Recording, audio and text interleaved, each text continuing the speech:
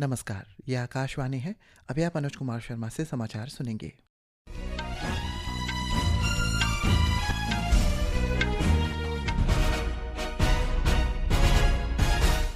पहले मुख्य समाचार। सरकार ने पेट्रोल और डीजल पर केंद्रीय उत्पाद शुल्क 10 रुपये प्रति लीटर घटाया। राज्यों के वाणिज्यिक एलपीजी का आवंटन बढ़ाकर 70% किया। इससे पश्चिम एशिया संघर्ष से वैश्विक तेल की बढ़ती कीमतों में 140 करोड़ भारतीयों को राहत मिली। वित्त मंत्री निर्मला सीतारमण ने लॉकडाउन की अफवाहों को निराधार बताया। अंडर 23 ट्राई नेशन चैंपियनशिप 2026 में भारत कल शाम 7 बजे अरुणाचल प्रदेश के यूपिया स्थित गोल्डन जुबली आउटडोर स्टेडियम में भूटान के साथ मुकाबला खेलेगा। अरुणाचल प्रदेश के मुख्यमंत्री पेमा खांडू ने कल लोकायुक्त के अध्यक्ष न्यायमूर्ति रिटायर्ड प्रशांत कुमार देका और सदस्य सांगफुनसोक के साथ एक महत्वपूर्ण बैठक की। उप मुख्यमंत्री चाउना मेन ने अरुणाचल प्रदेश के कामले, क्रादादी और कुरुंग जिलों में 1720 मेगावाट क्षमता वाली कमला जल विद्युत परियोजना के लिए आयोजित जन सुनवाई की सराहना की। भारतीय सेना के स्पेयर कोर के जनरल द्वारा गुरुवार को अपर सुबनसिरी जिले के सुबनसिरी हीलर्स फील्ड हॉस्पिटल में ऑक्सीजन उत्पादन संयंत्र और रिफिलिंग केंद्र का उद्घाटन किया। प्रधानमंत्री नरेंद्र मोदी आज शाम पश्चिम एशिया संघर्ष पर राज्यों की तैयारियों और आयोजनों की समीक्षा के लिए मुख्यमंत्रियों से बातचीत करेंगे।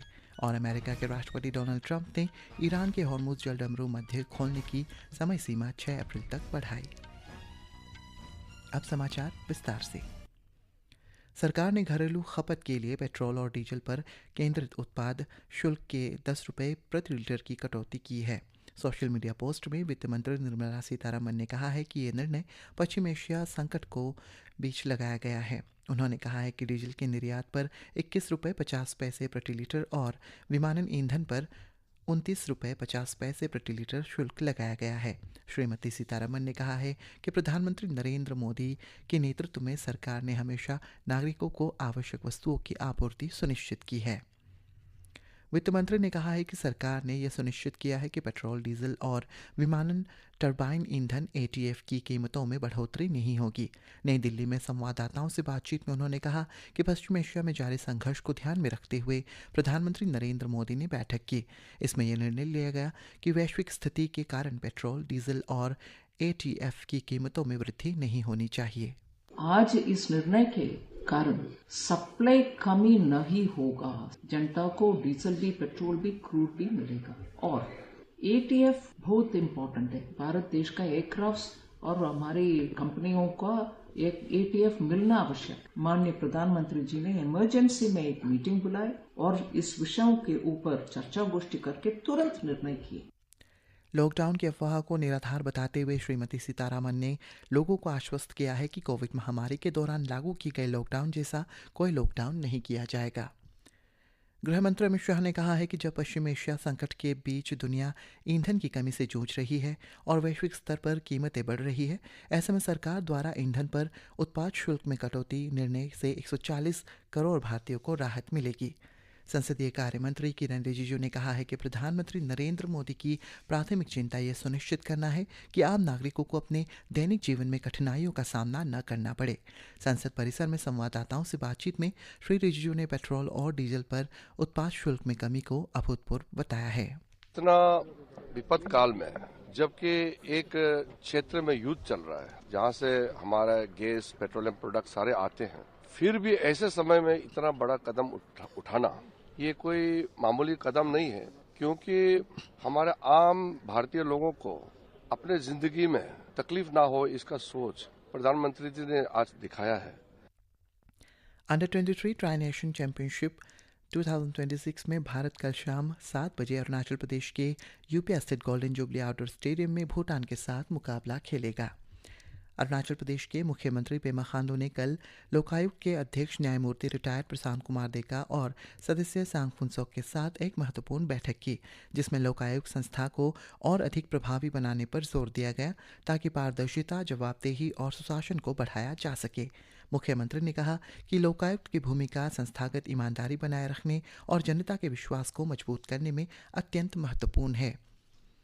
उप मुख्यमंत्री चाउना मेन ने कामले, क्रादादी और कुरुंग जिले में 1720 मेगावाट क्षमता वाली कमला जल विद्युत परियोजनाओं के लिए आयोजित जन सुनवाई की सराहना की। उन्होंने इसे जन भागीदारी आधारित विकास का एक सशक्त उदाहरण बताया।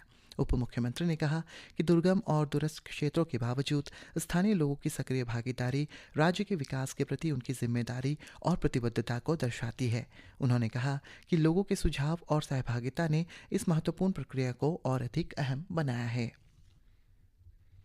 भारतीय सेना के स्पेयर कोर के general officer commanding lieutenant general Abhijit S Pandherkar ने गुरुवार को अपर सुबनसिरी जिले के सुबनसिरी हीलर्स फील्ड हॉस्पिटल में ऑक्सीजन उत्पादन संयंत्र और रिफिलिंग केंद्र का उद्घाटन किया।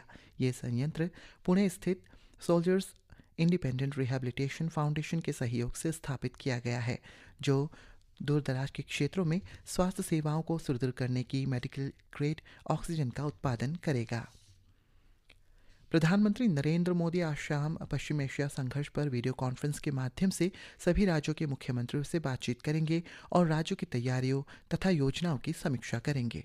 सूत्रों के अनुसार बैठक में टीम इंडिया की भावना से समन्वित प्रयासों को सुनिश्चित करने पर बल दिया जाएगा। हालांकि आदर्श आचार संहिता के कारण चुनाव वाले राज्यों के मुख्यमंत्री इस बैठक में शामिल नहीं होंगे। इससे पहले प्रधानमंत्री मोदी ने संसद के दोनों सदनों में पश्चिम एशिया में चल रहे संघर्ष पर भारत का रुख स्पष्ट किया था। श्री मोदी ने कहा था कि सरकार पेट्रोल, डीजल, तेल, गैस और उर्वरकों की सुचारू आपूर्ति सुनिश्चित कर रही है। उन्होंने सदन को बताया था कि भारत ने पिछले 11 वर्षों में ऊर्जा आयात के अपने स्रोतों को 27 देशों से बढ़ाकर 41 देशों तक कर दिया है। इससे किसी एक क्षेत्र पर निर्भरता कम हो गई है। दीपेंद्र की रिपोर्ट के साथ समाचार कक्ष से सरफिरोजी।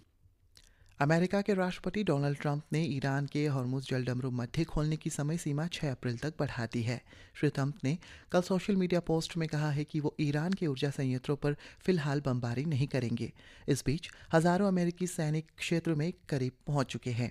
उधर ईरान ने हॉर्मुज जलडमरू मध्य पर अपनी पकड़ मजबूत कर ली है। दूसरी तरफ इजराइल ने हिजबुल्लाह से लड़ने के लिए दक्षिणी लेबनान में और अधिक सैनिक तैनात की है।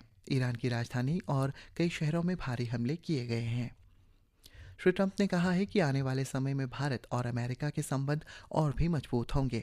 भारत में अमेरिकी दूतावास में राष्ट्रपति के इस बयान को अपने सोशल मीडिया पोस्ट पर साझा करते हुए कहा गया है कि इसमें श्री ट्रंप ने कहा केवल वे और प्रधानमंत्री नरेंद्र मोदी ही ऐसे 2 व्यक्ति हैं जो हमेशा काम को अंजाम देते हैं और ये बात अधिकांश लोगों के लिए नहीं कही जा सकती।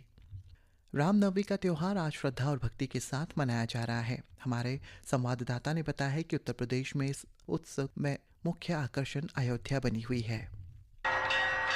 रामनवमी के उत्सव के लिए 10 लाख से ज्यादा श्रद्धालु प्रभु राम की नगरी अयोध्या में मौजूद हैं। लोग सरयू नदी और राम की पैड़ी में स्नान कर रहे हैं। भय प्रगट कृपाला, दीन दयाला, कौशल्या हितकारी जैसे भजनों की धुन पर पूरी अयोध्या गुंजायमान है। श्री राम जन्मभूमि मंदिर में सुबह भगवान राम के अभिषेक के बाद ठीक दोपहर 12 बजे गर्भगृह में सूर्य तिलक हुआ। इसके बाद 56 भोग प्रसाद चढ़ाए गए और प्रभु की आरती हुई। मंदिर आज देर रात तक दर्शन के लिए खुला रहेगा। आज शाम चित्रकूट में मंदाकिनी नदी के किनारे एक और भव्य आयोजन होगा, जहां रामनवमी के उपलक्ष्य में लगभग 22 लाख दिए जलाए जाएंगे। सुशील चंद्र तिवारी, आकाशवाणी समाचार, लखनऊ।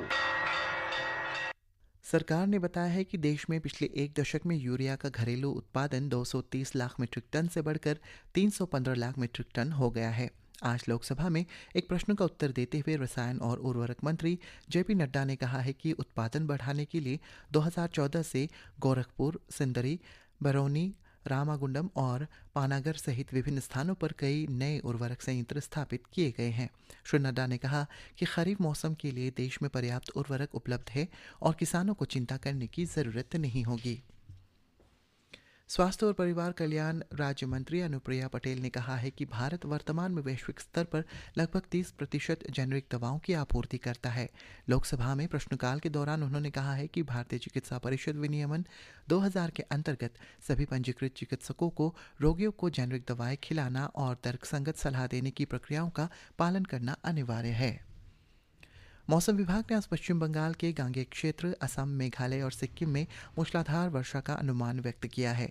बिहार, झारखंड, ओडिशा, तेलंगाना और उत्तराखंड में कल तक बिजली चमकने और तेज हवाओं की संभावना है।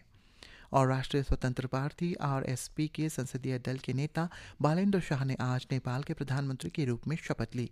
राष्ट्रपति रामचंद्र पौडेल ने उन्हें संविधान के अनुच्छेद 76(1) के तहत पद और गोपनीयता की शपथ दिलाई। इसी के साथ ये समाचार बुलेटिन समाप्त हुआ। नमस्कार।